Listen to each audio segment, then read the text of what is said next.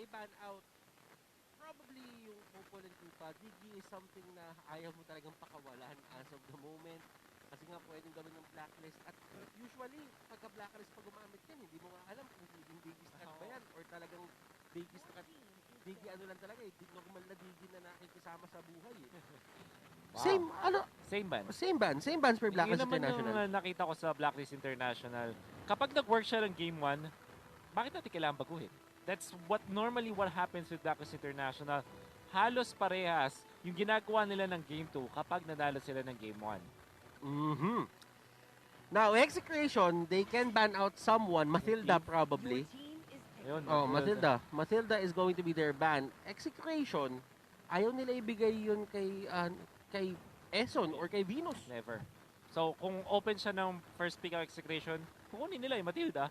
Hindi nila ibaban, pero i-deny pick nila. Ngayon, Blacklist International, I'm thinking either Benedetta or Granger ang kanilang ipina-prioritize. Sila lang yata yung team na literally from the first pick ng Granger. Ganun sila ka-confident dun sa kanilang Granger playstyle. The strongest heroes out there for sure. And they go for Granger. Alam nila na tinanggalan nila ng dalawang jungler yung side ng Execration, which means pagka nakuha nila tong Granger, sila ang mapipilitan mag-YSS, and yung tempo na ginagawa nila, yes, it's perfect pa rin naman for the YSS, pero mas mabilis na makakaikot yung Execration. Eve ang kukunin ng Exe dito. Ang kanilang sagot. With Benedetta, perhaps yun. Eve Benedetta, it's something na nakasulat na talaga sa mga stars, and tatandaan mo, isang astrologer si Kuya Will. Nakalista na. Nakalista na sa libro. Nakalista na sa libro yan ng 8G. But still, Blacklist International. Lunox. Lunox could be a thing. Estes, pwede nila kunin. If they wanted to, right now. Rafaela is something din na pwede nila paganahin. Alam naman natin na yung proficiency ni Eson na magpalit-palit to a tank, to a support role. Yun yung pakakamdam ko, yun yung pinaka nagiging edge ni Eson sa ibang tanks eh. I agree. But this time, baka yung kunin nila is either Baksha or Pakito para kay Edward. Then I'm leaning towards more on the Lunox or Chang'e, of course. Ayun, nandun pa rin naman ang Lunox. But yeah, Chang'e makes a lot of sense kasi gusto mag-group up at mag-push ng Execration. And sabi ka natin sa Blacklist International, don't change what's not broken. So, ito yung mga heroes sila ng game number 1, it might work again. Wise tandem na pwede talagang makakuha ng kills from afar. Meteor Shower, Death Sonata, Rhapsody, nandiyan na lahat yan. Meanwhile, for Blacklist International, ang open lang para sa akin dito, it's going to be that Lunox. Hindi pa natin alam kung saan kasi ilalagay itong dalawang mage na to. Nakikita natin itong dalawang mage na to, usually nilalagay din sa mga side lanes. So this is still sabihin na natin open or flexible draft para sa side ng Blacklist. Drawing naman ang gagawin ng Execration. Ito yung Farsa, yung Geometry Tandem, the Farsa Eve combo. Tapos merong nilapag sa lupa na ultimate ng Alecto Final Blow. Ang Execration, tinatanggalan na nila ng mga potential partners ang Bruno. So yung usual na Bruno Rafa or Bruno Estes might be banned out. Ang Blacklist, sila magban ng Atlas. And I think yung Execration absolutely needs to ban the Estes. No matter what happens, alam na nakukunin yan. Unless sila yung kukuha, but that's very unlikely. Kasi imagine mo, Eve, Farsa, Estes. Medyo overkill na yan in terms of damage output. Kumbaga, yung buong team nyo magiging glass cannon na yun. Tutunawin lang sila ni Chang'e, pati na rin ni so kailangan nilang magkaroon ng balance dito sa kanilang lineup na kailangan din nila ng extra tankiness para naman maprotektahan si Parksa at saka si Eve. Kasi kung iisipin nyo pareho sila nakatayo kapag nag-ulti. Pareho silang stationary. So ibig sabihin, kapag madali ma-break yung front line nyo at makapasok sa backline, sila ang mag-suffer na dalawa. That's right. Kaya din naman, I think it's just natural to ban this out. Yun na nga. So, Blacklist, are they looking to ban the Akai as well? Bilis na kanilang ban. It could be the ban. It could be the ban, pero Pakito ang pinili. Ayaw nila makuha yung Pakito. It's a good zone out hero na pwede kanya i-isolate sa isang lugar, and at the same time, siya yung pwede promotekta kay Farsa at kay Eve. Execration, yung back siya looking good. Lalong-lalo na pwede siyang gamitin ni Renzio. Or Kufra, as we heard, para din kay Chakdu. And dito nagiging komportable si Chaknu ng mga heroes. May sabihin na natin, marunong din siya magbato ng support, pero ito na nga yung sinasabi mo kanina, dito na pumapasok yung fact nung game number 1 na specialist si Chaknu. Na kapag pinagamit mo siya ng mga ganitong heroes, kahit na nerf pa yan, kapag siya yung gumamit, there's a thing na may pulso talaga siya. May pulso talaga siya sa mga ganitong hero. Si Lapu-Lapu. What about an Akai para kay Eson? Available ang Akai at pati na rin ng Cho. What if makakita tayo ng weirdong pick coming up from Eson, like hindi naman weirdo Franco pero potential siya. So safe route siya. Safe route. As we mentioned kanina. Akai kasi Lancelot. Akai kasi parang nakikita ko, Wolf. Sa totoo lang. Parang kapag nasabi mong Akai, kapag usually na-force out sa Hurricane Dance, hindi rin siya nagiging safe. But at the same time, pagka-back siya naman, nakakamdaman mo yung safety and yung mobility niya sa mapa. Yung presence niya kamdam na kamdam. Nakita din natin si Eson nung kinalaban ng Blacklist International ang Brenny Sports. Kumuha rin din sila ng isang back siya. Tapos, nung may Eve din nun yung side ng Brenny Sports. At yung isang, actually meron din Chango, if I'm not mistaken. But the thing is, kapag meron Eve, it was Brenny Sports pala na nag-back siya noon. Pag may Eve na nag-ultimate, pupuntahan lang nila sa likuran. Tapos, gagamitan lang niya ng mga shields. Spam lang din niya. Tapos, yung isang Chango, kapag nag-ulti rin yung Eve, mag-ulti rin siya.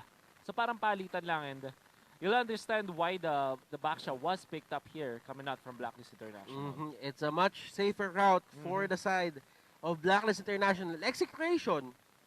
Ako, pakiramdam ko yung Execration nag-all-in dito eh. Oo. Kumuha sila ng Lancelot. Walang hesitation Walang hesitation. Halos pinick up nung parang mga 3 seconds lang nila pinag-isipan. Tapos nilak agad nila. Parang alam mo yung pakiramdam na nag-usap sila. Oo. Na, kailan anong gusto mo? Lance. Ayan na, game na. So what are the benefits of having the Lancelot here? Coming out from the side of Execration, ang kanyang potential na makakatapat, puro burst, mga glass cannon. So Lunox, Chango, pati na rin itong Granger. Tapos napakadali niyang i-eliminate. Ang pinaka-problema lang niya sa lockdown ay yung Lapu-Lapu. Kaso yung animation kasi ng mga stunts and controls ng Lapu-Lapu, malalaman mo. So in theory, kaya mong iwasan bilang isang Lancelot. Ang siguro tricky nga lang is ang Blacklist International. Pag naglalaro sila ng gantong squishy heroes, hindi talaga malambot. Nag-itemize sila na makunat. Grabe yung flicker out ni Renzo. Nasalba siya nun, hindi siya tinamaan ng mga Justice Blades at makakatakas lang siya. And that could have been a possible first blood for the Lapu-Lapu. For Edward, napakalaking bagay nun na na-force out niya din si Renzo na umuwi. Ibig sabihin, may lamang siya na kahit isang minion lang. Kaso kasi ang problema sa Benedetta, ang bilis bumalik. Ang bilis bumalik eh, no? Sword intent. Pero ngayon, level 3 na si Edward and Renzo's also level 3. So, parang wala lang din nangyari. And in theory, si Renzo magiging masaya pa kasi nag-flicker si Edward. So, something na konti advantage. Mini advantages ang laging tinitingnan natin kapag laning stage. Actually, hindi pala siya nag-flicker out kanina. Sword intent. Pero hindi lumalabas sa mapa ngayon si Benedetta kapag ka nag-sword intent. Parang nawawala-wala siya agad dito. But Eson, with the revitalize, hindi pa rin kakayanin. Masyadong malakas yung orange buff sa isang Lancelot. Level 2 lang din si Baksha. We do take note na ang kahinaan ni Baksha ay yung mga big chunks of damage. Like Lancelot, for example. And kapag ka kasi yung passive niya, kapag ka tinamaan ka ng isang source for multiple times, bumababa yung damage output. So as long as natatanggalan mo siya ng isang malaking chunk ng HP, that only means na yung tanking ability niya bumababa din. Regeneration, ang laging problem ng mga sustain type of heroes ay yung mga mabigla, mga nuke type of damage. Tingnan mo yung pwesto ng Execration. At ang ganda, Chaknu, hindi nagpapakita para alam niya na pwede niyang kontrain. Ayun na nga, mablock niya si Edward. Black by Chak. And that is going to be the bouncing ball at isang kill na naman for Kiel VJ Oheb on the bottom lane, having the time of his life. At mapipilitan siya tumakas dito kasi nga si Kelra ay nagbato na ng paired airstrike. At dito nagsisimula ang kalbaryo ng Blacklist International dahil nga nakuha ni Kiel ang kanyang turtle buff. Mas magiging aggressive sila kapag pumapasok ng gubat ng side ng Blacklist International. Ninakawad pa ng purple buff on si Wise. It's gonna be important para sa Blacklist International na mag-snowball. Kaso ang execution, literal na anti-snowball. Ibig sabihin natin doon, yung kanilang wave clear, imagine this Eve and Farsa, tapos yung Farsa ay core pa.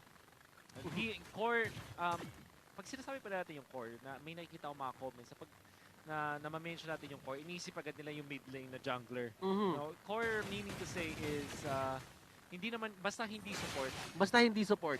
Technically, ikaw ay core. And kung papasin ninyo kasi, pag sinabi namin core, there are times na parang sinasabi nyo, jungle nga lang. Pero kasi, technically, anything na nakumukuha ng lane, core, na may priority, that's a core. And iba pa yung meaning ng jungler. Parang category ng core ang jungler. Exactly. Yung core nasa ilalim, yung core nasa taas, yung jungler nasa ilalim. Kumbaga category ang core. Kasi, kaya naman sinasabihin kasi minsan may support na Farsa, yun yung mga mid lane na Farsa, or side lane, or gold lane, for example, in this time na Farsa. E di syempre, pag nag-gold lane ang Farsa, core na yun. And that only means na ngayon, pwede mo tawagin tong core Farsa sa side lane. And look at this! Order Brilliance papasok. Inikot-ikutan. Eto Max gumamit ng ultimate at sabi ni Chakro! Pero siya ay magkakaroon dito ng punish. And Wise, pinasok ni Kiel VJ. Wise with a sliver of HP. And look at that punish, ladies and gentlemen. I definitely want to see kung anong pinili dito ni Wise, the first item niya, because I was shocked kung gano'n siya kakunat. Do take note, yung Blacklist International, the moment na nakita nila si Kiel VJ, nag-group up sila. Alam nila kasi na kapag yung dash ng isang Lancelot ay hindi nasulit, hindi magiging only dash. And Edward pumasok, flicker in with the ultimate. Grabe yung damage output. Eve, tumumba. Chakno, lumatakbo pa pero hindi niya kakayanin. Masyado mataas ang damage output ng side ng Blacklist International. And dito sumasagot ang Blacklist. Ngayong nakuha nila yung turtle buff, mas maging aggressive sila as long as meron silang mga ultimates. Yung Chakmo, ganda ng initiation niya, di ba dun sa may bottom lane? Siguro, hindi niya ganun kabisado na yung mas mataas na damage output na ng Torre in the recent patches. Kung previous patch, pwede ba natin sabihin na pwede talagang i-dive sa early stages ng ating laban? But with so much damage output na ngayon sa may Torre, natunaw din si Chakno kahit sobrang ganda ng set niya. And at the same time, Wolf, tatandaan mo, medyo malayo din yung mga members ng side ng execution. So hindi talaga sila makapag-follow up. And eto, Max, that is going to be a 3-man rotation on Edward. And nakikita mo kung paano nila pinaprioritize si Edward na i-shutdown. Edward with a better positioning, tsaka yung kontra niya doon sa turtle fight, pati na rin sa bottom lane fight. Nagbigay ng magandang swing in favor of Blacklist International. So kung na makita din talaga kung ano yung item choice ni Wise sa kung ano yung binibuild up niya. Kasi I'm really wondering kung paano niya na-survive yung initial onset ng execution. And that is going to be a belt and the leather armor. Brute force breastplate, first item. Yun yung hinahabol niya. Pero si Edward, pumasok na naman. Nahuli si Edward ng stun and that is going to be Kelra taking him down. Pero the airstrike, may mahuhuli na isa. Pero sasagot ang Blacklist with another kill for their side. That is going to be Chakno going down again. We were talking about yung burst potential ng execution at nakita natin yun kung paano nila na-eliminate doon si Edward. Yun nga lang ay dahil nag-focus sila sa pag-kill kay Edward, nakakuha naman ng libreng ultimate si Wise. In fact, sinasayawan niya yung zone ng real-world manipulation. But nevertheless, execution, mas maganda pa rin yung trade na nakuha as they were able to take Edward. Nakita mo yung burst, and frame shot. Ito yung nagiging bane of the existence ng isang lapu-lapu, if any airstrike. Pero kailangan nyo din malaman for the side of execution na mag-up na yung ibang mga buffs dito, and meaning Blacklist International knowing na wala siya feathered airstrike, that could be an opening na hinahanap nila para makapag-invade. Ayan mo yung execution, nung nag-pop sila ng kanilang mga ultimates kay Edward, sabi ng Blacklist, oy, wala na sila para sa turtle, kaya nakanakaw ng turtle ang Blacklist. And that is going to be another kill going to the side of Eson, and ang hindi na-address ng Blacklist as of now is yung range capabilities ng Eve at ng Farsa. Napakasakit talaga pag nag-layer. And Exe knows. Pinagdaanan nila to sa kamay ng Omega. And ngayon, ina-apply nila sa sarili nilang strategy and it's working. Nga lang ay lamang ng gold the Blacklist International as Wise, dalawa yung nag-attempt dun sa crab coin pero siya yung nakakuha. Chakno kumakasa. At andito na naman, tumatalo na naman, Execration. Edward pumasok ng ultimate at eto na ang habol galing kay Tito Eson. Uncle Eson! Eson Esports. Hindi nila kakayanin habulin si Renzo dahil madami ang sword intent na ilalabas.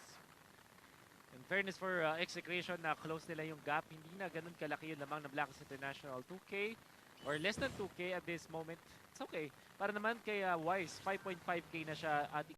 Inikutan sila ni Oh Heaven. That is going to be another 1-for-1 trade. Yung mga laban natin dito will puro 1-for-1. But even better was there for Blacklist International. Dahil na ako sila ng Torre, sabay na ako pa ng purple buff. Nakita mo yung ginawa ni Ohem Ruby Didi na play. Ruby Didi na play. Yeah. Natatanda ko pa yan eh. Nandun tayo eh. Nandun tayo eh, kumbaga. But, Blacklist International, paano ba sila nanalo doon sa skirmish na yon? Noong nag-ultimate na Execration, sabi ni Edward, sige, ako yung role player talaga dito. Katulad yan nung cast namin ni Leo doon sa Blacklist International. Pag kailangan mo ng tubero, tawagin mo si Edward. Ganun yan, may ads na yan eh. Kung ano yung role player, roleplay, kung anong role, trabaho ang gusto mo kay Edward gagawin niya. So what he did was to cancel the ultimate mula doon kay Eto Max or kay Farsa. Hindi niya talaga na-cancel or anything. Pero ginawa niyang mailang yung Execration with his flicker doon sa may backlines. Tapos naligtas niya si Oh My Venus in the process. At yung round 2 na nangyari para sa side ng Blacklist International ay lumamang na sila. Tapos pinauwi ni Ohe with the Ruby Didi play, mga members sa Execration. Hence, si Oh My Venus, hindi papaawa ay tutumba.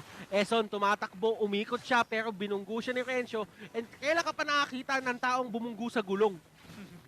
Yun yung ginawa dito, literal ni Eson. But right now, look at that. Wow! Execration, binabaliktad nila to with their ultimates. And Blacklist International, nawawala sila sa focus. But you have to take note, the Execration really riding dun sa momentum ni Chakno. On fire si Chakno, tamang-tama yung natatalunan. And kanina sinasabi natin na dapat synchronize ng Execration. This time pa isa-isa, pero yung pagkaka-layer nila, it's like a cake na sobrang sarap. And eto, fair airstrike. Kanino mapupunta? Blacklist International trying to go in at mapupunta pa rin sa Execration. Renzo with a sliver of HP. Nice! What? Makukuha niya yung kill. Pero, oh my goodness! Buhay pa rin! Buhay pa rin! Wise talaga! Wise talaga! Oh my goodness! That fight!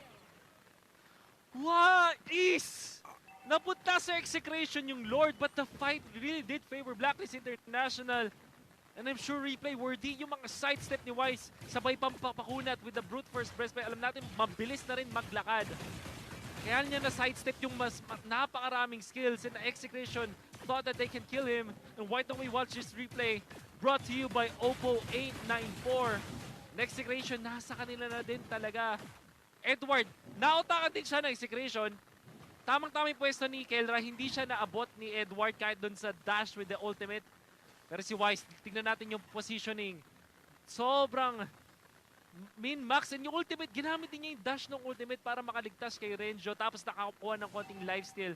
And then ang bilis niya na maglakad. Probably because of the Hunter Strike passive at pati din na sa Brute Force breastplate. Grabe yung pinakita nila doon. Hindi siya namatay, men. Sobrang lupit. The Filipino Allen Iverson. Grabe. Speechless kami ngayon. Hunter Strike and Brute Force breastplate, tapos may Athena Shield. Yun yung sumalba sa kanya, and at the same time, yung positioning niya, picture perfect, realizing kung ano nga ba yung mga threat na pwede niya i-take down doon, ginamit niya yung killing spree to the full potential nung hero, and nahil niya yung sarili niya to the point na dumating na si Tito at si Tita in the zone. In the zone. Wise! Ano yun? Grabe sumay, parang Allen. The Filipino Allen Iverson, eto na. Guys, ang daming mga magaling mag-crossover ngayon, pero si Wise. Alam mo yung mga bata nag-crossover sa'yo sa labas na walang bola? Si Dannery James Yap. Si Dannery James Yap, eh. Pero eto pa rin ang problema ng Blacklist International. Yes, nanalo kayo sa fight na yon, but still, if you cannot take down etong si Etomax at si Kelra ng sabay, almost always certain, meron may magde-defend ng base at makapag-clear ng minion wave. Ganon yung playstyle ng side ng Execration eh. Well, then again, you still have to really be scared of the Chakno presence mula doon sa Blacklist International. Kasi nananalo ng clashes sa Blacklist International. Pero at the same time, Execration, isang magandang set mula kay Chak Mamba. Kakayanin din talaga sila. And Wise going in. Wow! Napaka-aggressive na play. Oh my Venus, Meteor Shower para lang kahit paano ay ma-force back ang side ng Execration. Tigil talaga ngayon si Ma'am Shoes. Di mo pwedeng inisin ngayon. Hindi mo pwedeng inisin.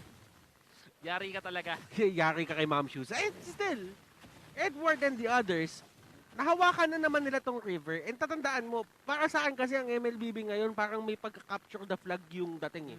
Na kailangan yung river, ma-hold nyo yan.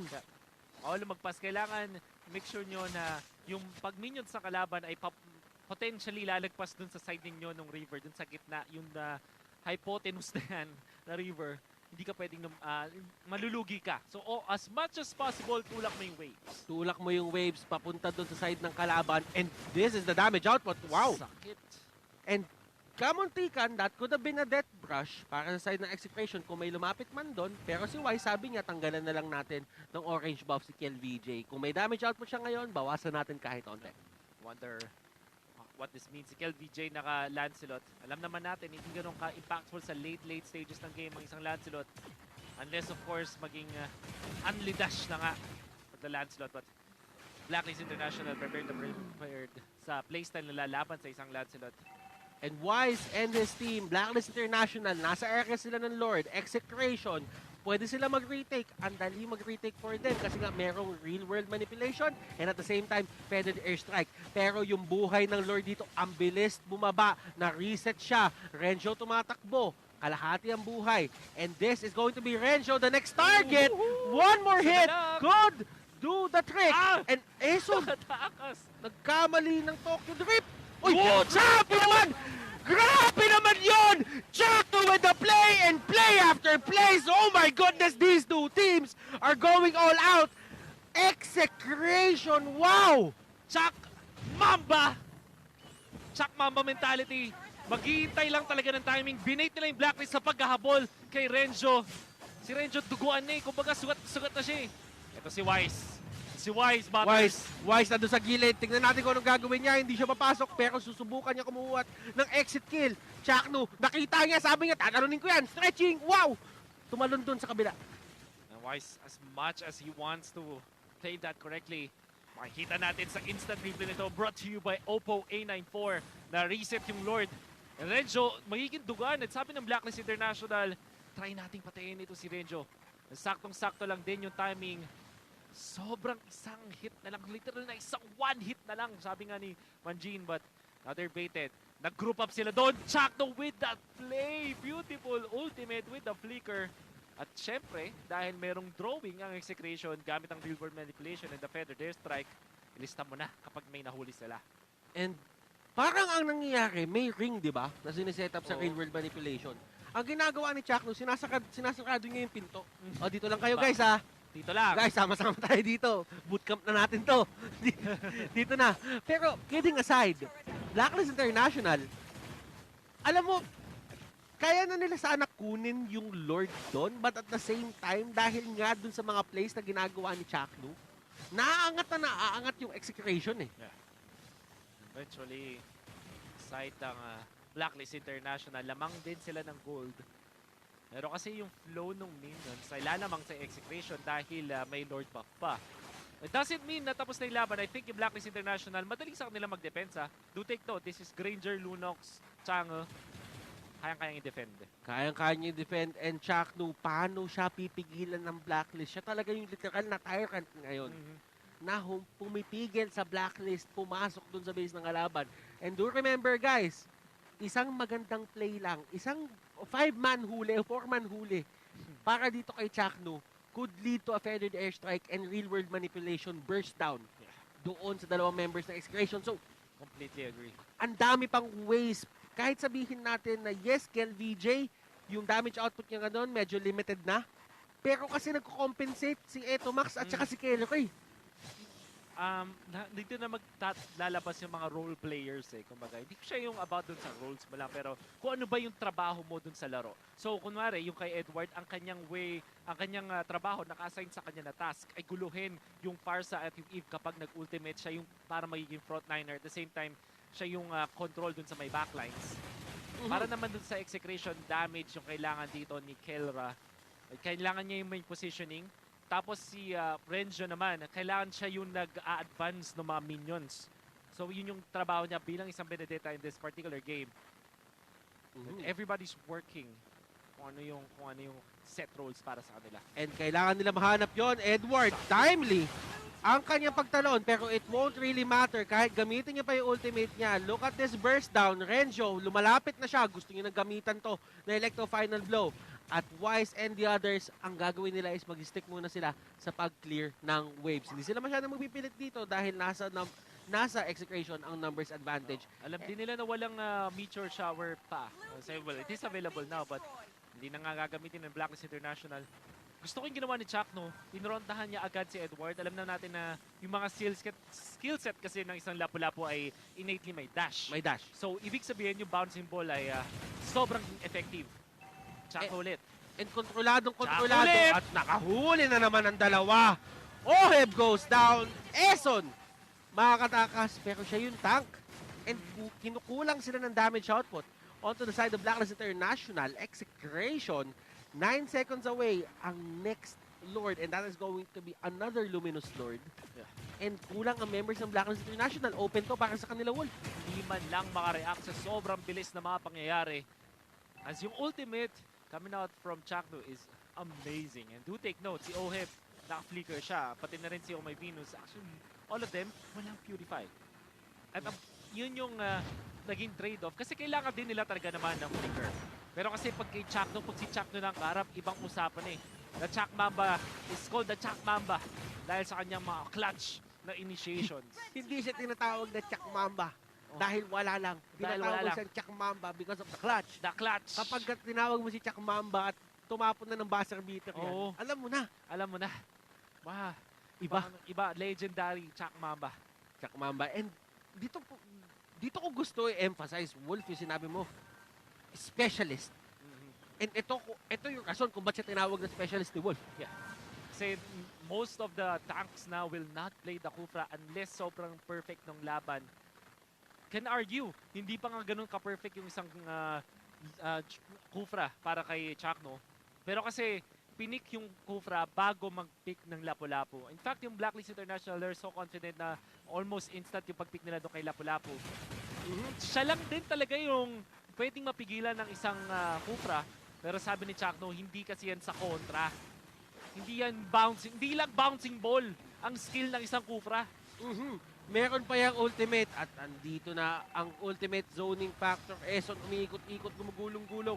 Lahat iniiwasan niya para napanood sa pelikula to eh. The defense coming out from Blacklist International. Si Edward naghabol kay Etomax. Might be able to kill him pero kulang. Nako po si Renjo sa may backlines. Kaya lang mabibigyan ng side ng Blacklist International. And all of a sudden, ang Blacklist International nakakuha ng isang kill. Pero sabi ng execution, okay lang kasi nakapush naman tayo ng dalawang inhibitors. And great utilization ng Lord Don for the side of execution. And kung papansinin mo, we are in the 22 minutes of the game. So that means na-adjust na ang respawn timers. Ito na yung panahon na pwede tayong umabot hanggang 100-second respawn timer. So kailangan na mag-ingat ng mga teams ngayon if ever gusto nila maging aggressive. I get si Eson nga. Hindi naman mga simpleng Tyrant's Revenge, which is the first kill of Chakno.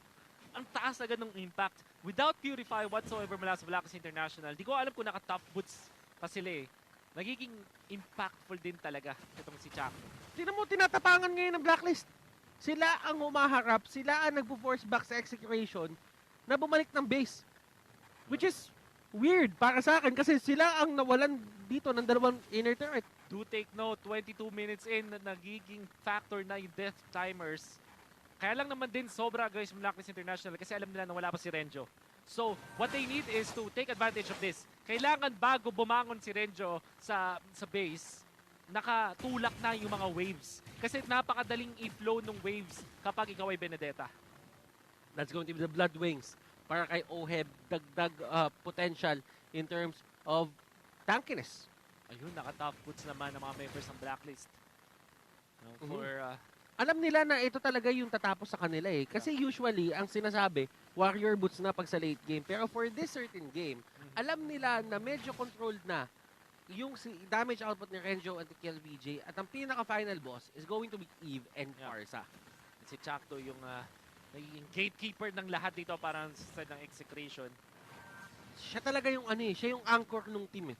I would agree. Kumbaga kapag mawawala na yung team sa daan, si Chaknu yung talagang, teka lang, dito lang tayo guys, ako bahala muna. Doon sa, kumbaga doon sa anak, itabi mo, ako na. Siya yun eh. Siya yung ako na. Oo, siya yung ako na. Sabi niya, eto Max, Renjo, Kelra, KLBJ, tabi niyo na. Ako na. Ako na. Yun ang nangyayari.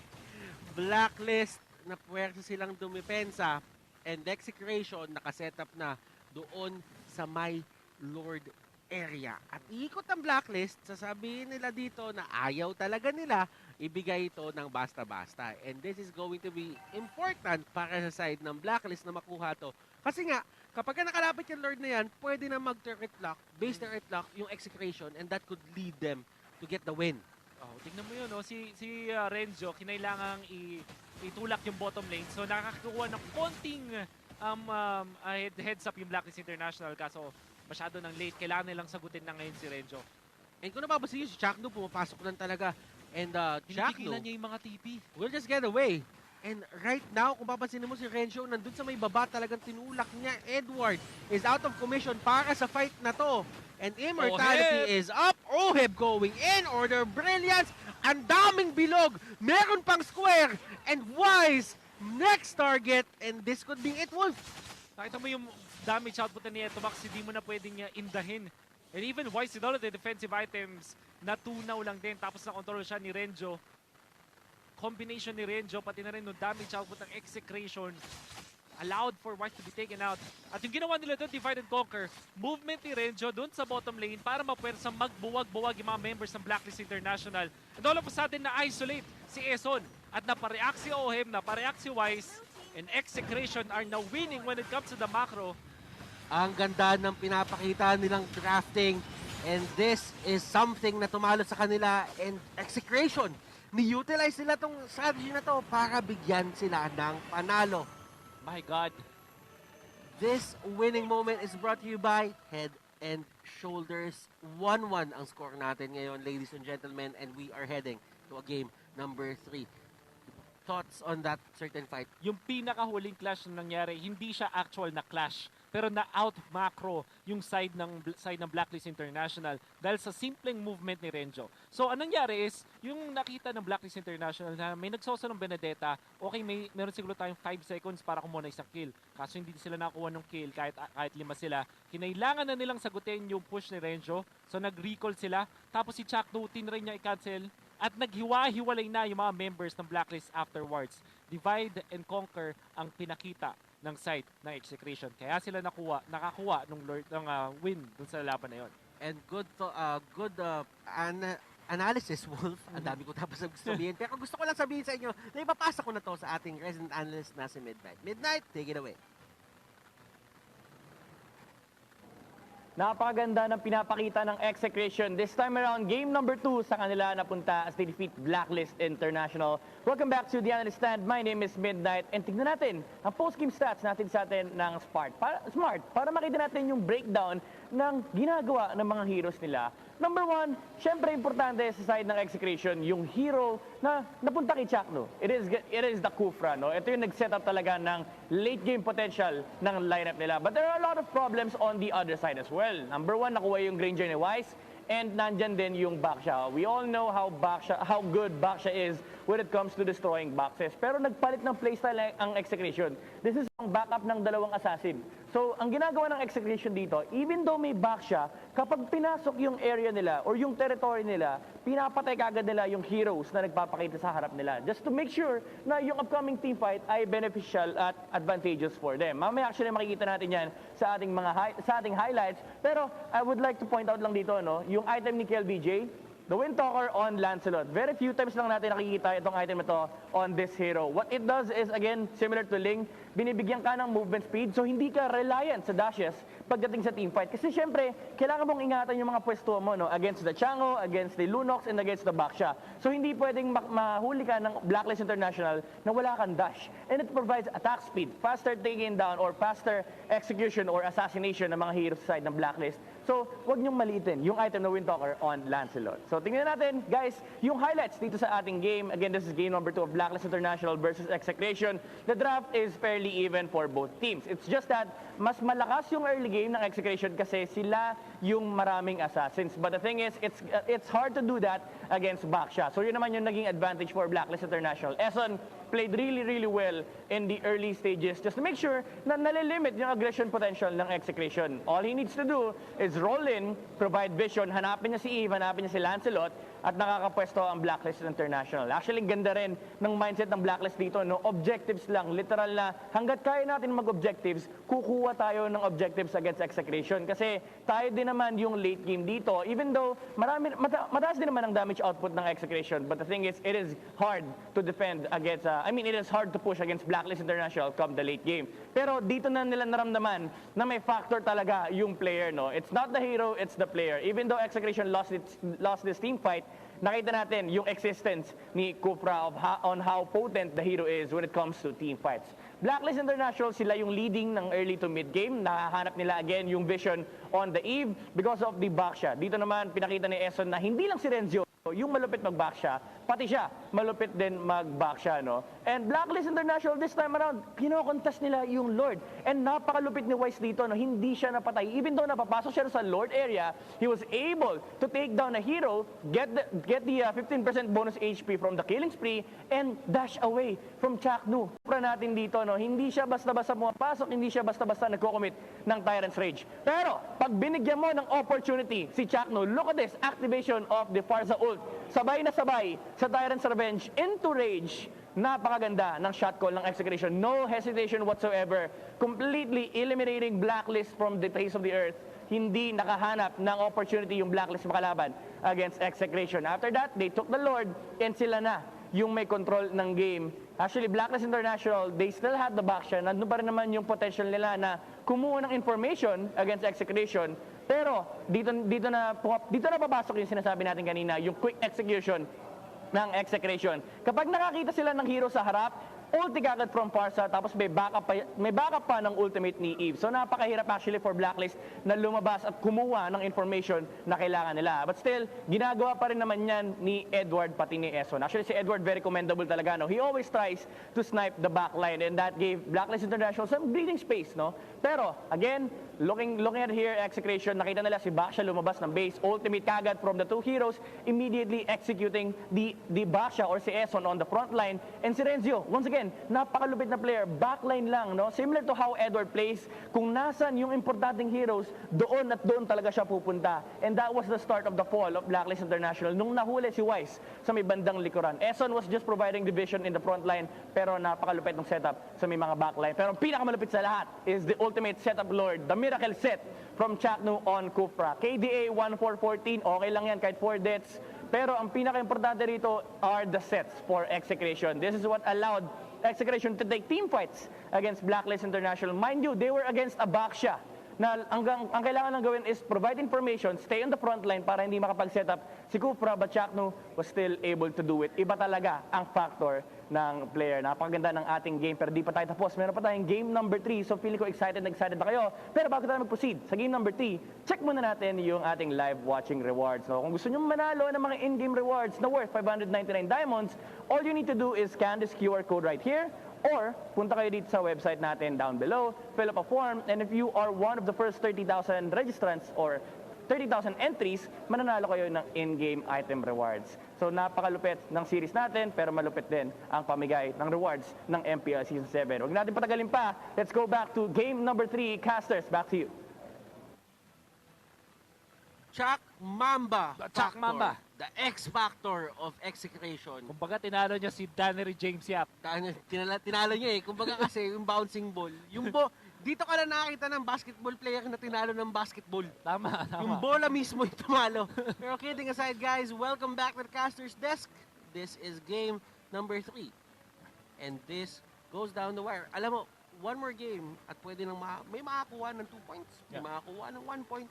But it's all good. This is all good MLBB action para sa inyo, syempre, dito sa MPL Philippines. I think na nagmamatter na mas malaki ang series na to para sa side ng execration dahil talagang nasa losing skid na sila. Patire-diretso yung kanilang pagkatalo. They need to really get back. Kasi para naman sa Blacklist International, napakataas ng points nila. Dami na nilang pagkapanalo. So, a loss here will not mean so much. But, yung Blacklist International, since gusto nilang makabawi from their only loss, parang lalo din, I think 3 din ang laban ng Blacklist International. So, gusto din talaga nilang makakuha ng momentum swing. And we can feel that. Now, it is tells us na parehas importante ito para sa parehas sa teams. And I think that they will give everything that they have right now para sa game number 3 na to. And alam mo, Wolf, watching yung content na ginagawa ng mga organizations like si Zapno, gumagawa siya ng actually, yung buong team gumagawa na ng mga vlogs and mga content para explain sa inyo kung ano talaga yung nangyari. And it really sets you in dun sa kanilang circle kung bakit nga ba sila natalo sa pananaw nila. And at the same time, itong Blacklist International, meron sila mga content, may mga vlogs din sila, but at the same time, meron din sila mga press conference after nung mismong game. And I'm telling you guys, panoorin nyo yung mga bagay na yon kasi dito nyo nakikita kung papaano nga ba gumagalaw doon sa loob ng bootcamp at ano nga ba yung nangyari sa mindset. Ang pinaka naalala ko na sinabi is, hindi daw goal ng Blacklist International na maging undefeated. That's right. Ang goal nila is maging champion. At yun nga ba ang mangyayari sa season na to? Hindi pa natin alam, masyado pa maaga. And this draft is brought to you by Smart. I want to say, kailangan for a championship run para maging solid ka. Parang mas makakatulong pag natatalo ka pa minsan-minsan. Kasi then you'll know kung ano nga ba yung nagiging reaction ng mga players mo when they are losing. Kasi mas magandang matalo ka na sa regular season kaysa naman sa playoffs, right? Kumbaga, ito nga yung pinag-uusapan natin dati, yung pagbalas. Oo. Kapag ka natalo ka na doon sa mga certain games na pwede ka matalo, kapag dating mo doon sa kabilang game, baka nawala na yung maalas eh. Yeah. Pagpagin mo na agad. Dude, look at this. Yung Blacklist ulit yung nasa blue side, execration, binana nila yung Benedetta. Kahit pa sila yung kumukuha nun, siguro nafe-feel nila na kukunin agad to ng Blacklist International. And nakikita ko dito na ang plano siguro ng execration, Wolf, correct me if I'm wrong, is lagi din kasi natin nakikita yung Blacklist International na komportable sila doon sa first 2 picks. And napipilitan yung Blacklist kumuha agad ng hero for Wise na walang kasamang iba eh. Yeah, that's right. Which kind of makes it so na yung this Eve ban makes it so na comfortable pa rin silang kumuha ng Granger kahit first pick para sa side ng Blacklist International. Kasi naban na yung Eve tsaka yung Benedetta, only strong one na may iwan para sa pares sa teams ay yung Granger. Para sa side ng execration, ang kanilang i-consider afterwards is kukuha ba tayo ng Popol or kukuha ba, nanakawin na ba natin yung heroes like Alice, for example. Claude is available too. So yun, laging binaban ng Blacklist International in the past 2 games. Execration, hindi lang natin sure kukunin nila agad. But I'm leaning more towards the Granger first pick para sa Blacklist International. It could be something na pwede nilang ibahin, pero kasi kapag iniba mo yan, ang makakuha niyan side ng execution. Popol and Kupa, yan muna yung sinecure nila. And certain adjustments sa draft, for sure, si Bonchan, nakikita niya rin naman talaga kung paano mag-adapt at mag-adjust. And ang execution ngayon is going for that Parsa. At least this time around, Wolf, walang if. Yeah. You know what? Yung pinakamaganda sa first pick na Blacklist International na Popol and Kupa? Parang sinabi mo na ayaw natin na maging komportable si Chakno. Yung mga hero si Chakno, like the Jawhead, Akai, Atlas, Kufra. These are heroes na gusto maglakad-lakad dun sa mapa. At kapag meron kang Popol and Kupa na naglalagay ng traps, parang ang laking agad na factor na nawala sa'yo. And at the same time, Wolf, hindi ito yung normal na hero na kapag ka kunyari tinaboy mo as a tank, pwede mo pa siyang kakasin eh. Ang nangyayari, binabato niya si Kupa sa'yo, si Kupa kagat ng kagat, ikaw naman, ayaw mo din mag-utilize or wala ka ding enough proper physical damage. That's why mag-rely ka sa skill. Pero yung skill mo, hindi rin sakto dun sa buhay ni Kupa. So, ibig sabihin, you're just gonna waste a lot of resources and at the same time, mag-chip down pa yung buhay mo, which will actually zone you out for quite some time. That's Lalo right. na sa mga heroes na mga That's Kufra. Wala kang freedom gawin eh. Yeah. Now, looking at this, baka mag-Lunox pa rin ang side ng Blacklist International, knowing na may Farsa as well as the Baksha. And Granger ay open din. Kaya, for sure, kung ito ng Blacklist International. And Or a Chango, perhaps? pwede. Masaya. Actually, masaya ang itsura ngayon ng execution kasi nakikita nila. These are picks siguro na, alam mo yun, nakapana nila na mangyayari. We might not like this so much. Kasi may, imagine mo yung sustain meta pinili ng Blacklist International. Estes Popol sila eh. Pero may Farsa na counter dun sa pag-group up. Tapos meron ng Baksha anti-sustain. And yung execration, what's stopping them from picking either Luyi, Chango, o kaya Atlas dito? And they go Sila for a ang Lunox. Pang burst. Farsa and Baksha, eto na yung dalawang heroes na ayaw maharap ng isang Estes Popol Granger lineup eh. Or Estes, basically, ayaw niya ng Estes. kalaban na Baksha and Farsa. At Anything- nakuha parehas ng Exe yun. Anything na nasa puso ang Estes, ayaw Oo. niya makalaban tong mga to.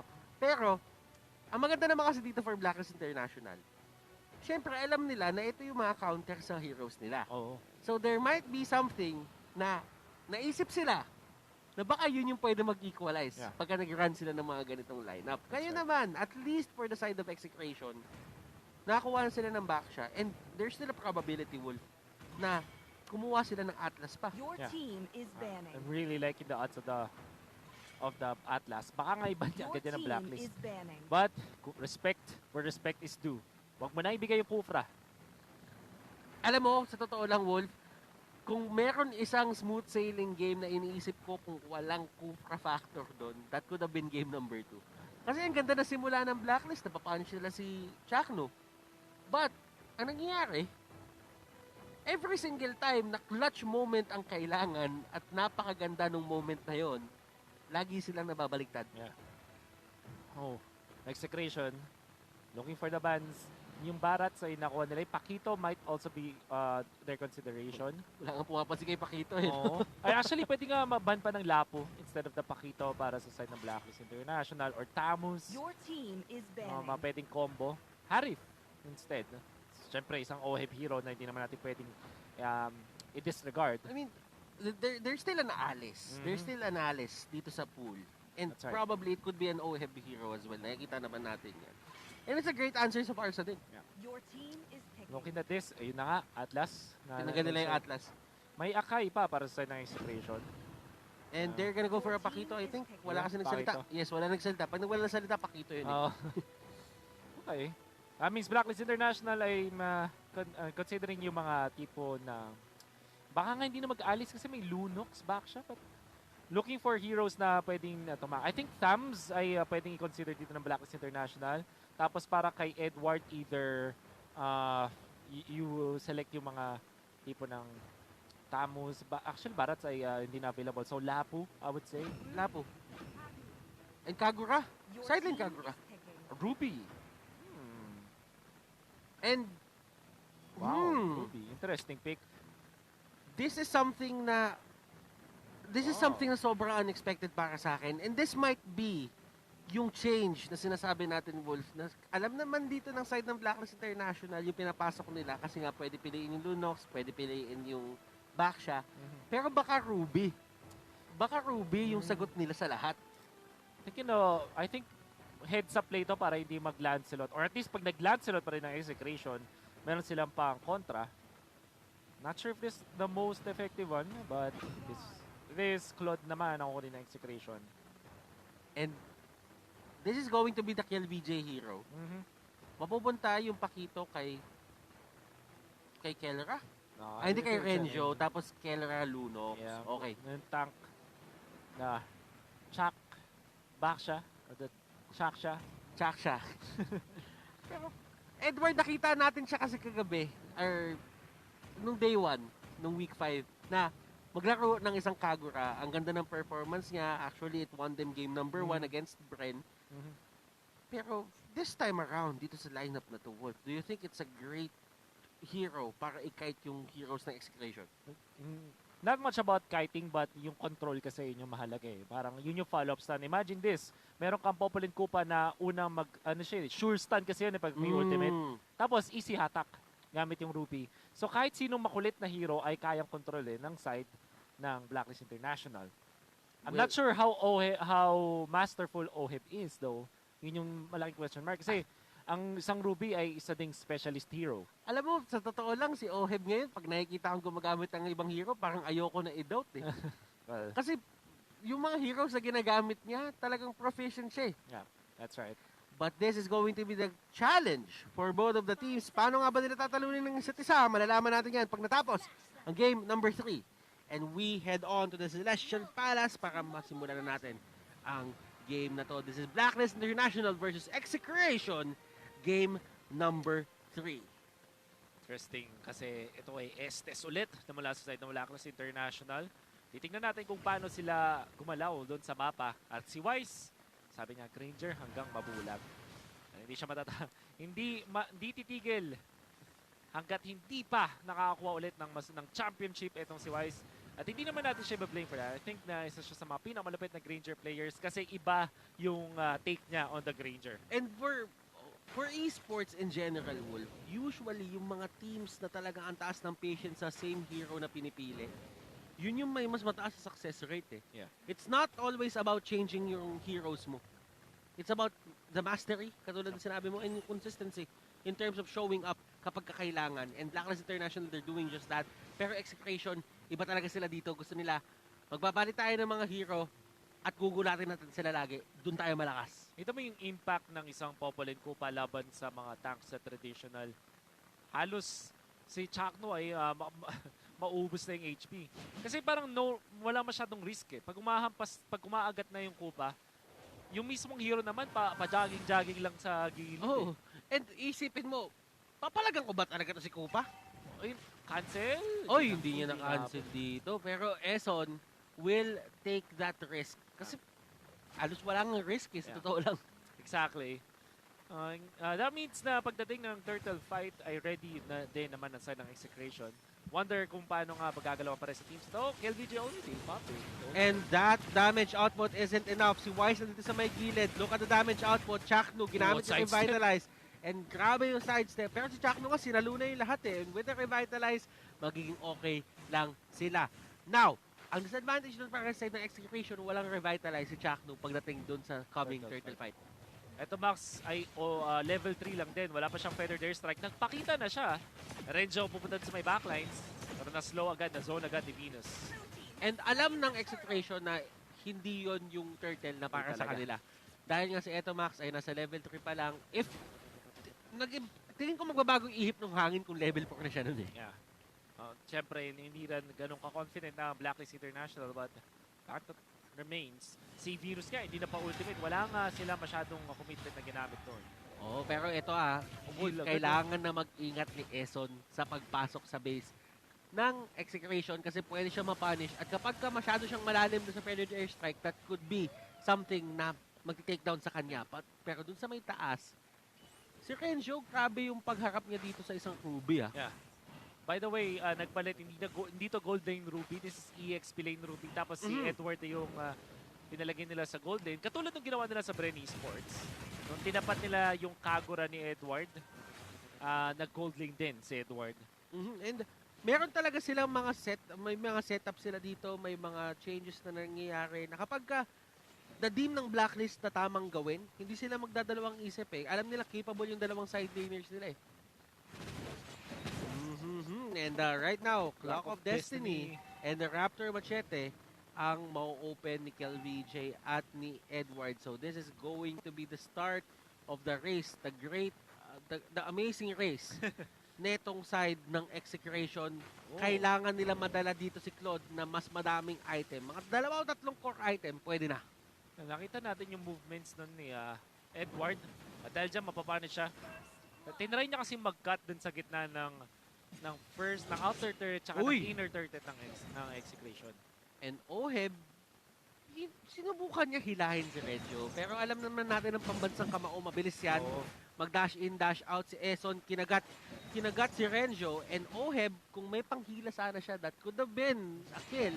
Pero dahil nagamit na nga niya agad, ay yun yung magiging resulta. Makakatakas si Renjo. Turtle is the next target for the side of Blacklist International. And seeing the map right now, naghahabol dito yung side ng execution. KelVJ in your area. Blacklist, sino nga bang malakas sa mga area na to? And that is going to be Wise with the retribution. Picture perfect, makukuha nila yung sinimulan nila. I wonder what level was KelVJ nung nangyari yun. Level 8 ngayon si Wise, which means mas maganda, mas potent yung kanyang retribution. But, si Chakmo, ang ganda nung kanyang pwestuhan para ma-zone ng mga members ng Blacklist. Napwede sa kanya mag-ultimate si Oh My Venus. Then again, yung Blacklist International, mas malapit din sila dun sa Turtle fight. Nauna rin sila. Execution will have to concede that Turtle number 2. Ang nangyari, Wolf, si Wise noon level 8, si KelVJ level 7. Okay. So mas potent nga talaga yung kanyang retribution just to support yung facts na binuking mo sa table. And here comes the rotation coming out from Blacklist International and nagiging, sabihin na lang natin na mas nagiging confident sila kasi nga walang isang setup hero yung side ng execution. Wala silang pinangangambahang tatamang Tyrant's Revenge, Tyrant's Rage, walang Fatal Links. Tinan mo yung aggression nila dito, hindi nila tatigilan to. And to the point na 2 na lang sila dito sa baba, nakakuha pa sila ng kill. Shaknu is getting a bit controlled. Although first kill pa lang naman yan, pero kailangan niya mag-ingat dito in terms of going in front of the B-Wise combination. Yeah. Good decision mula sa Blacklist International, puntahan yung lane ni Lunox. Alam nila na yun yung kaya nilang i-push. Madali nilang i-force yung ultimate ni Kelra. At yung Brilliance, most specifically, kaya nga naman nakapag-push sila sa may bottom lane na napakadali. Tapos nakanakaw pa ng purple buff. All's good in the wood para sa Blacklist International. And we haven't seen Claude actually na ginagamit siya masyado ngayon sa jungle lane. Usually, nakikita na natin mga Claude is nasa side lane na. So, do you think this is beneficial for execution na gumamit sila ng Claude ngayon? Or do you think this is a bit risky? Risk pero calculated mula sa execution. Risk in a way na sa early game hindi ganun kasolid. Pero nakikita naman natin, si KelVJ, ang ganda naman ng pinapakita. Level 10 and 0 deaths.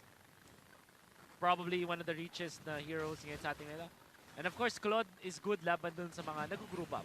And Eso, nahuli sa gitna. KelVJ nahatak. Look at the damage output. KelVJ taken out of the equation agad-agad. Wise, hinahabol ni Chaknu. And look at that. That's Sonata. Binabato all throughout the turtle area. Chaknu naipit at hindi niya na kaya yakapin yung mga members ng Blacklist. And execution, they are forced to go back. Mapipilitan silang bumak na lang dito kasi it's a 4v5 situation. Yeah, napakagandang reaction mula sa side ng Blacklist International. Nakita nila na napa-overstep si Chakmu. So, tinulungan nila si Wise habang binubugaw yung mga members ng execution at na-isolate talaga nila, eventually getting third. Oh, look My at that! God. Hatak sa dalawa! And Kelra forced to use the Order of Brilliance. Makakatakas siya and at least hindi mababasag yung turret dito sa may gitna. Back-to-back plays mula kay Oheb. Yung una na nahatak niya si KelVJ sa turtle fight. Tapos yung pangalawa, nakakuha siya ng additional na 2 kasama si KelVJ. Ang nga naman yung execution, biglang nagkakaroon ng scarcity when it comes to the damage kasi nahatak yung crucial heroes. And eto Max, sinakapan ni Wise. Feathered Airstrike versus Dead Sonata. Chaknu. Yung damage output ni Wise, napakataas. Hindi niya kayang i-take. This point, Wise, nakakuha na din. Malapit na din sa kanyang first item. I wonder kung nag-BBOD muna siya. And, compared before, na inuuna niya yung defensive items. But I did see yung Legion Sword. That tells us na baka gusto mag-rush na Blade of Despair ni Wise. Pero hindi natin sure. Tignan mo si Oheb dito kung paano niya pigilan or i-cancel yung ultimate ni Eto Max. Si Wise nahuli dun sa may gitna. Edward going in. KelVJ with the damage. Nagpakita na siya ng pangil. Oh my Venus, Eson, Oheb. Susubukan nila tumakbo. Oh, what a counter initiation coming out from Execration. Inuna ng Blacklist International. This time, nagmintis yung hatak ni Oheb.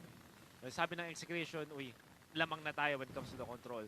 In fact, nung nag-pop ng ultimate si Oh My Venus, finocus talaga nila yung firepower nila doon kay Wise. Kaya hindi na umabot yung healing. And I don't think Wise picked up the defensive item first, katulad ng ginagawa niya before. This time, nag-offensive item muna siya. That means na kinaya ng damage output ng Execration yung pag-take down sa Granger. Execration making things work for their side. Sila naan lamang ngayon. At wala si Oheb for 7 seconds pa.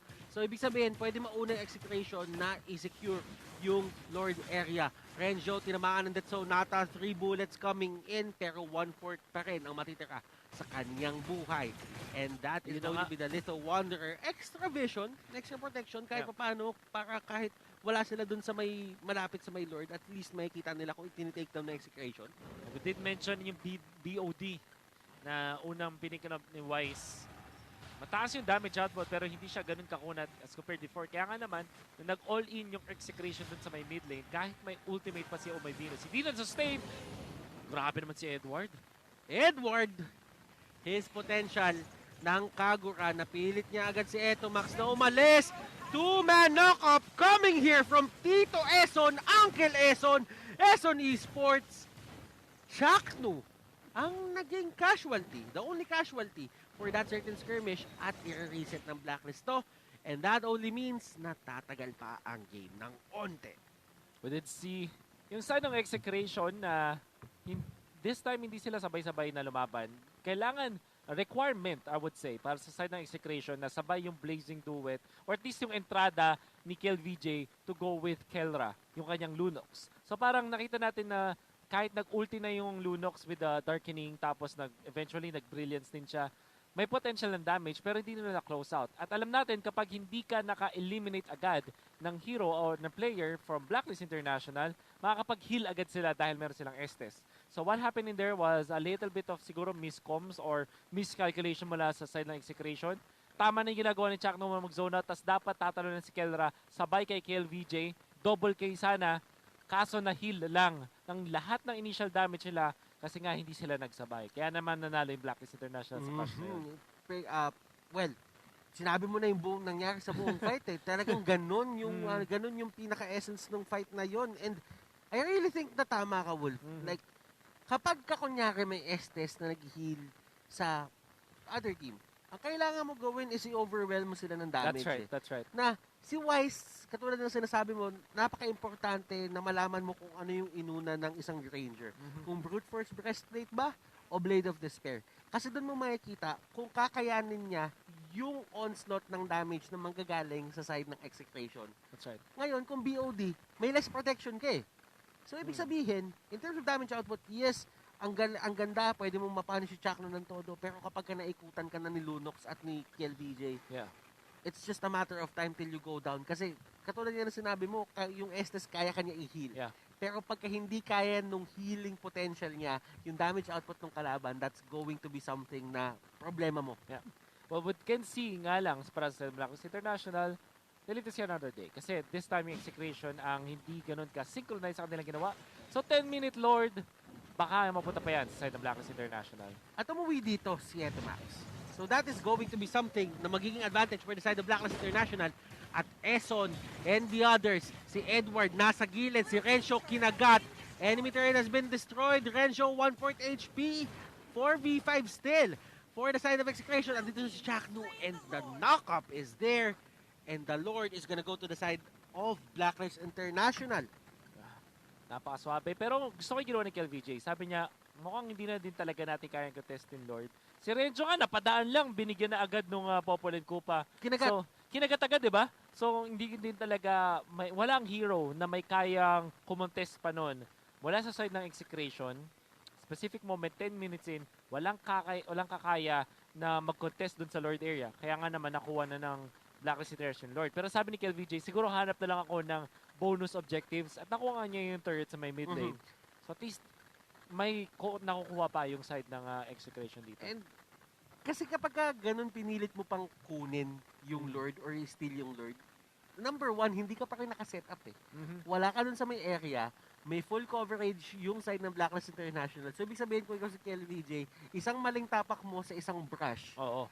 It's either yung Kagura, it's either si, alam mo si Wise yung sa'yo, yung mag-burst down sa'yo. So, a lot of factors para sa kanila doon. And at least, na-lessen ng execution yung losses nila at that point on. I think even din pa naman yung ating gold. So, all things considered, ang side ng execution, hindi pa kailangan mag-panic. Meron pa rin silang Claude, very good late game. Lunox, arguable sa may latter stages ng game. Pero kayang-kaya din mag-burst down.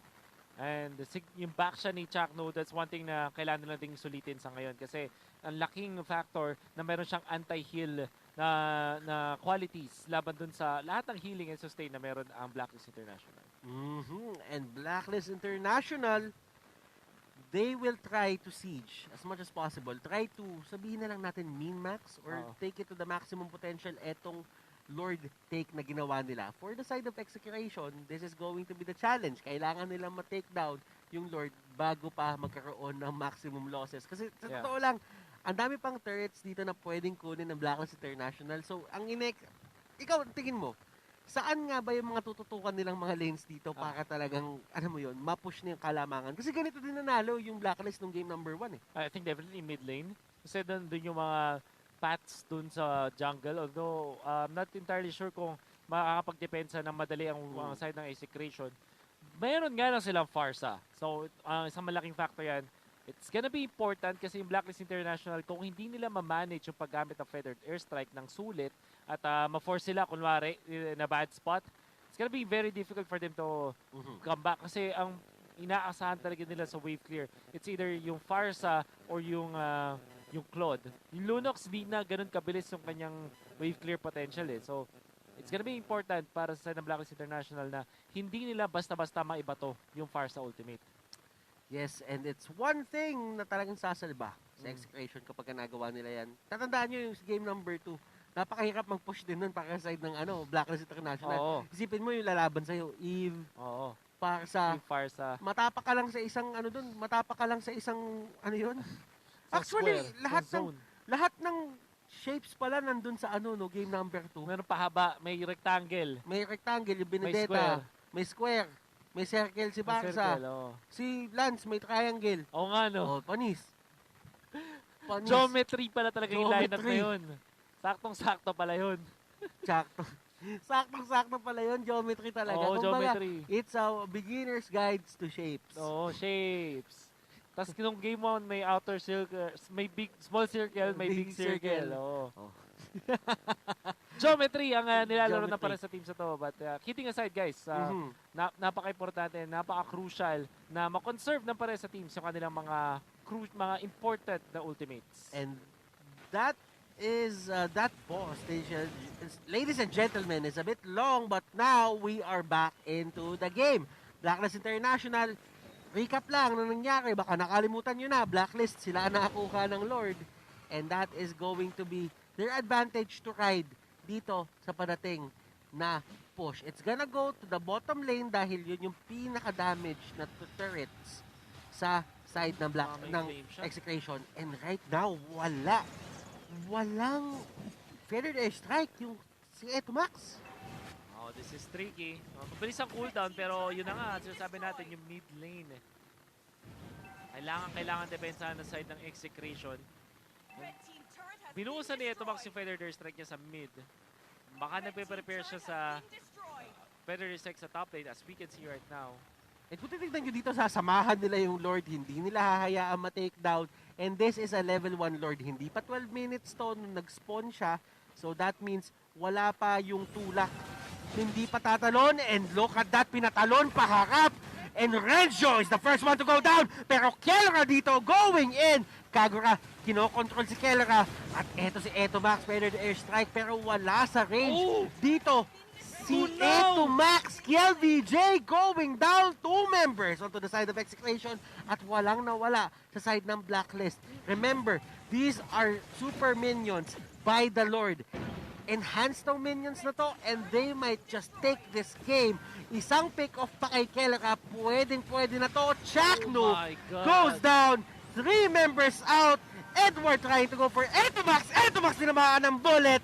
And that is going to be the game, ladies and gentlemen. That is the game! That is the Triple game. kill. Triple Si kill. Wise, tinunaw niya si Kel VJ. We're talking about the itemization. Inikutan. Naging hirap, inikutan. My God! Damage naman si Wise ngayon. Offensive, galit na si Kuya Wise. And Wise, Venus, Edward, Eson, Oheb, and Dexter, they are back in form. Nakarecover na sila from yesterday's loss.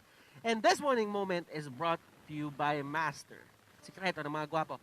Wolf, I'm shocked. ano nangyari dun? Nag-pause lang tayo. Bigla na lang nandun na yung Lord. Hindi na nadepensahan ni Etomax. We were talking about how important it is. Tumalon si Kelra, tumalon si Kel VJ. Hindi na naman sila sabay, Butters. Yun yung sinasabi natin. Kailangan talaga All in. maganda all-in eh. Kasi kinapos na sila ng damage. The moment na hindi ka na naka-burst or naka-1, i-heal lang sila ni Oh My Venus.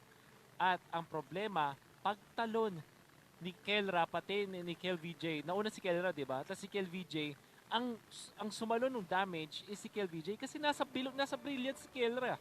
Damage ni Wise, damage ni Edward. Able to overwhelm the kahit si Chakdo, umaaray na eh, ouch pain na eh. Pighati. Ouch pain, pighati. Ouch pain, pighati. Pero dahil nakaramdaman namin yung pighati, ipasa natin to kay Midnight. Ouch pain. Pighati. Lahat na. Ultimate bonding experience or uube strat, sabi nga ni Manjin. Yan ang ginawa ng Blacklist International against Execration this time around in game number 3. Welcome back to the Analyst Stand. My name is Midnight and tignan natin ang post-game stats hatid sa atin ng Smart. Yung lineup ng Execration, meron silang Bakshaw once again and meron silang Claude. So technically, meron silang pampasok ng backline. May pampunish sila ng Estes at Granger ng Blacklist International. But there's one inherent problem in this draft.